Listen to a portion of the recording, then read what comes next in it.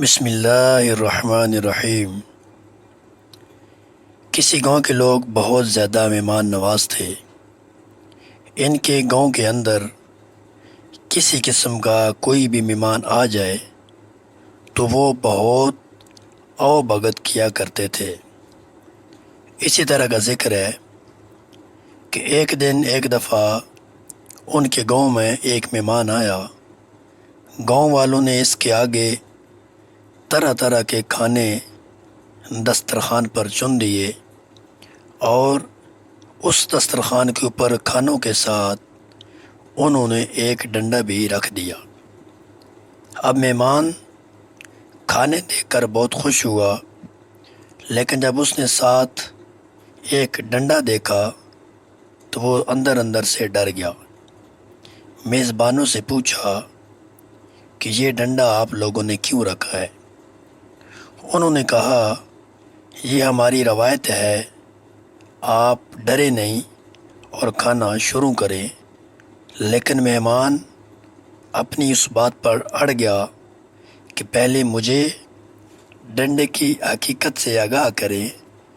میزبانوں نے لاکھ قسمیں کھائیں کہ اس سے آپ کو کوئی نقصان نہیں ہوگا، لیکن مہمان نے کھانے سے صاف انکار کر دیا۔ وہ دل ہی دل میں ڈر رہا تھا کہ کہیں ایسا نہ ہو کہ کھانا کھلانے کے بعد اسی ڈنڈے سے میری تواضع ہو۔ اس لیے بضد ہو گیا کہ پہلے مجھے ڈنڈا رکھنے کی حقیقت بتائیں، پھر کھانا کھاؤں گا۔ یہ خبر پورے گاؤں میں پھیل گئی۔ ایک بزرگ کو مہمان کے پاس لایا گیا، وہ ڈنڈے کی حقیقت بیان کرے۔ بزرگ ڈنڈا دیکھ کر غصے ہوئے اور کہا، بے وقوفو، اتنا لمبا ڈنڈا نہیں رکھتے، اسے 3 فٹ کم کرو۔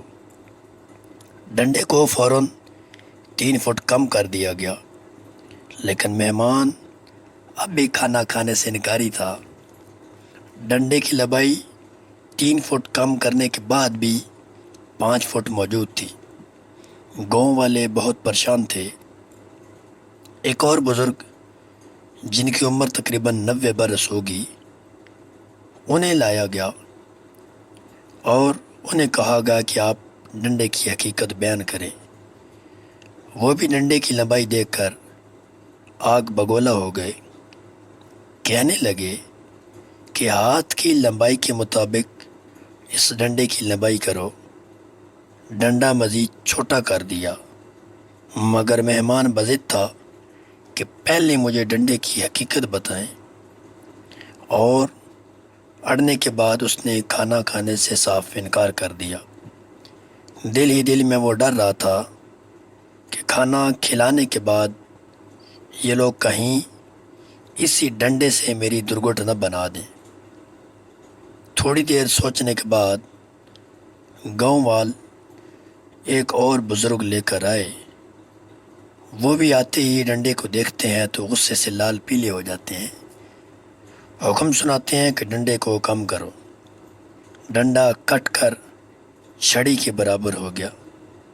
اب چھڑی سے تو مہمان کو کوئی ڈر نہ تھا، لیکن اس کا تجسس برقرار تھا کہ اس ڈنڈے کی اصل حقیقت ہے کیا۔ آخر کار ایک بزرگ کو، جن کے بھوؤں اور پلکوں کے بال بالکل سفید ہو چکے تھے، ان کو بلایا گیا۔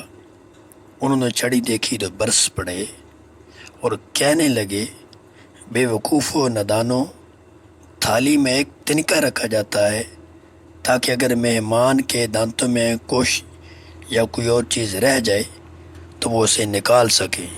اب جب مہمان نے یہ بات سنی تو پھر اسے سمجھ آئی کہ یہ لوگ کہیں شہر میں گئے تھے تو وہاں انہوں نے دیکھا کہ کھانے کے ساتھ چھوٹے چھوٹی ماچھیں پڑی تھی، تو یہ گاؤں والے اپنی طرف سے کھانا زیادہ دے رہے ہیں۔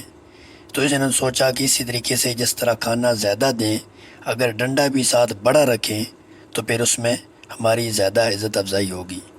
تو اب یہ جاننے کے بعد مہمان نے بڑے سکون سے کھانا کھایا۔ کھانا کھانے کے بعد گاؤں والے کو شکر ادا کیا اور اپنی راہ کو ہو لیا۔